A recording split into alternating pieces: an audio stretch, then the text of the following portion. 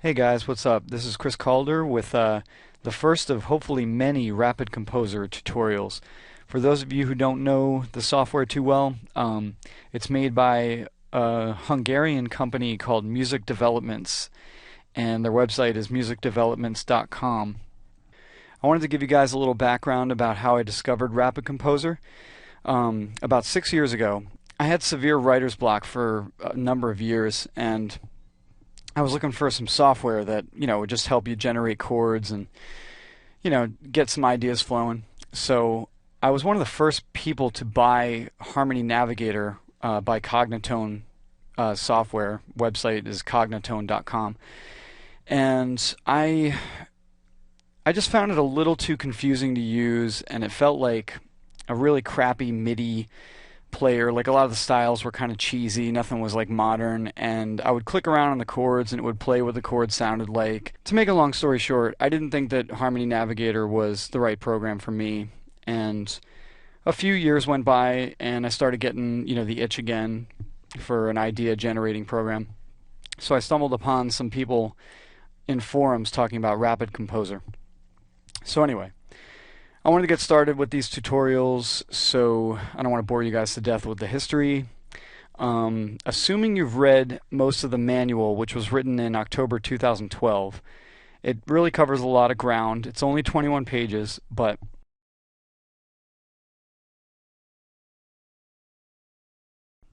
they really go over the basic functionality of the program. So here's the basic interface in RapidComposer. This is the full edition, and it's also version 2.3, which is a version nobody really has yet because I email the developer a lot. Basically every other day we email each other, and he'll give me new versions to check out new features and to work some bugs out before he releases it publicly. So basically, this is what RapidComposer looks like. I have an HD display. It's 1920 by 1080 pixels. And this is the composition window. Okay, this is basically your bars, your your arrangement, and I'll just go through the tabs on top. It defaults to the composition window, and it defaults with a chord progression like this, a basic 1-4-5 in the key of C. And if you know your basic music theory, it's the foundation of classical, blues, country, and pop rock and all stuff today. In the key of C, that would be a C major chord, an F major chord, a G major chord, and back to a C. And this spans across 4 bars. As you can see, 16 beats or 16 counts. They're all quarter notes. So that's the composition window. The second window is called the phrase editor, because RapidComposer works in phrases, which is how you can generate some really cool ideas fast. A lot of music is based on motifs and phrases, which is generally common knowledge. And so you can edit phrases, you can just customize what you want. Next up is progression editor, where you can build chords, see how they sound together, and import them into your composition. Next is the idea tool, which is only available in the full version of RapidComposer, which I think is a really cool thing. You just pick random phrases from the browsers, which I'll go over shortly, and you can mix and match, and you can just generate stuff, and it automatically creates a composition at any length you specify, and all the chords fit together, and it's great. And you can just keep regenerating until you like what you hear. Different phrases, different chords. It's like instant chord progressions and phrases and motifs. So I think that's completely worth the upgrade to the full version if you bought the light version, or if you're working with the demo. Next up is the mixer. I don't really go into this much. Don't need to. Next up is Midi Import, which I never really use, but I know it's pretty powerful. I just don't really know that much about it just yet. Next is the undo history, and next is settings, and there's some sub menus here. We have the MIDI settings. I gotta change that because it's defaulting to my line 6.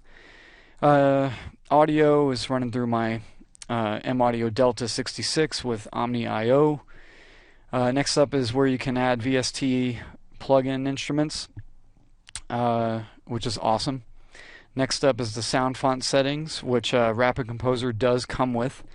I don't know if I mentioned this before, I can't remember, but you know, they're your basic grand piano sound, your bass sound, your pad sound, which you'll hear when you usually hear the piano when you're auditioning phrases, and you'll hear the pad sound when you're auditioning chords. The pad, usually the pad with the bass together. So that's good stuff. And the preview window, your scale preview sound, and your rhythm preview sound. So that's really cool. And miscellaneous, I don't really mess around with this much. One setting I do like is, yeah, right here. It says use flats instead of sharps for chord names. I love that setting because that kind of goes more along with the circle of fifths, as everything is usually, if you're in the key of E, you use C sharp minor instead of D flat minor, for instance.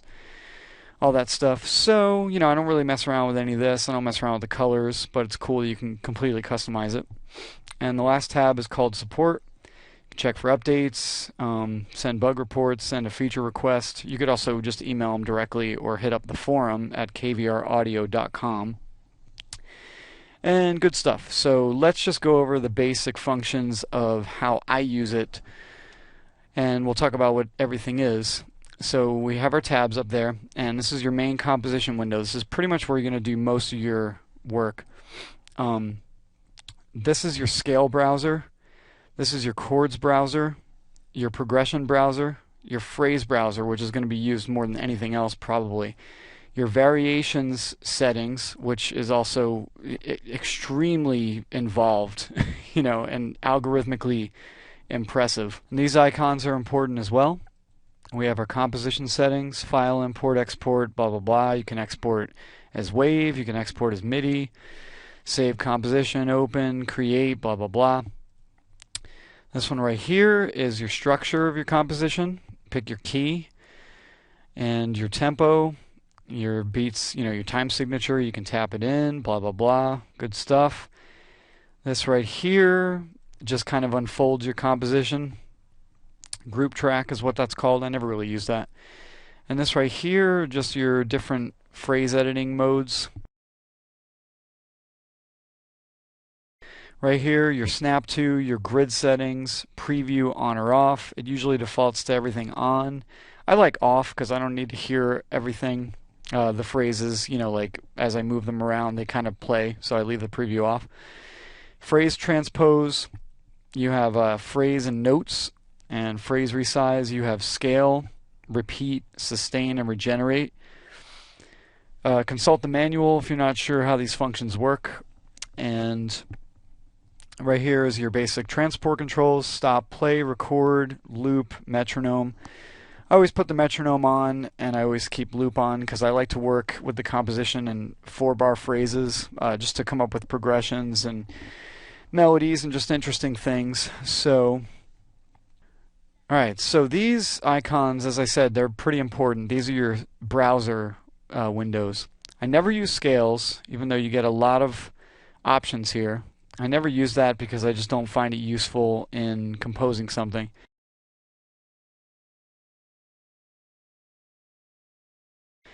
Here's the chord browser with a bunch of different chord types. Tons of different stuff, which I never really use.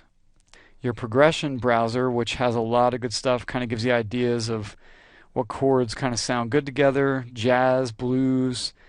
Says absolute chords, says major scale formulas. It gives you the Roman numeral system, which is pretty well known when you're writing songs, if you know basic theory. And minor scale formulas, you know, they have harmonic formulas and natural minor and melodic minor. But all this stuff's great, but again, I never really used that. The one I use the most is the phrase browser. Okay, this is where most of the work you're going to be doing in RapidComposer is going to be using, you know, this browser right here. So generators are the real strength of the program. So you have bass generators, which generate one note at a time, not chords or anything like that. Chord generator, obviously, you know, self-explanatory. Finger picking generator gives you all these different types of finger picking styles, which is great. Really useful. Line is basically just, I think it's just kind of like where the notes go in a scale. I never really used that one. Melody generator is something new, which is coming out in a new release. I have the beta version from MusicDevelopments, which is awesome, and I'm going to go over that in a separate video. And phrase morpher, which I never use yet, only because I haven't really delved that deep into the program yet. Not a lot of time, but I actually have a little bit of time today, which is why I'm doing this short series of tutorials. But yeah, the main stuff: bass generator, chord generator, finger picking, generic, and melody generator. Good stuff. And he provides you with some stuff here, like sample phrases, pretty much. All right, so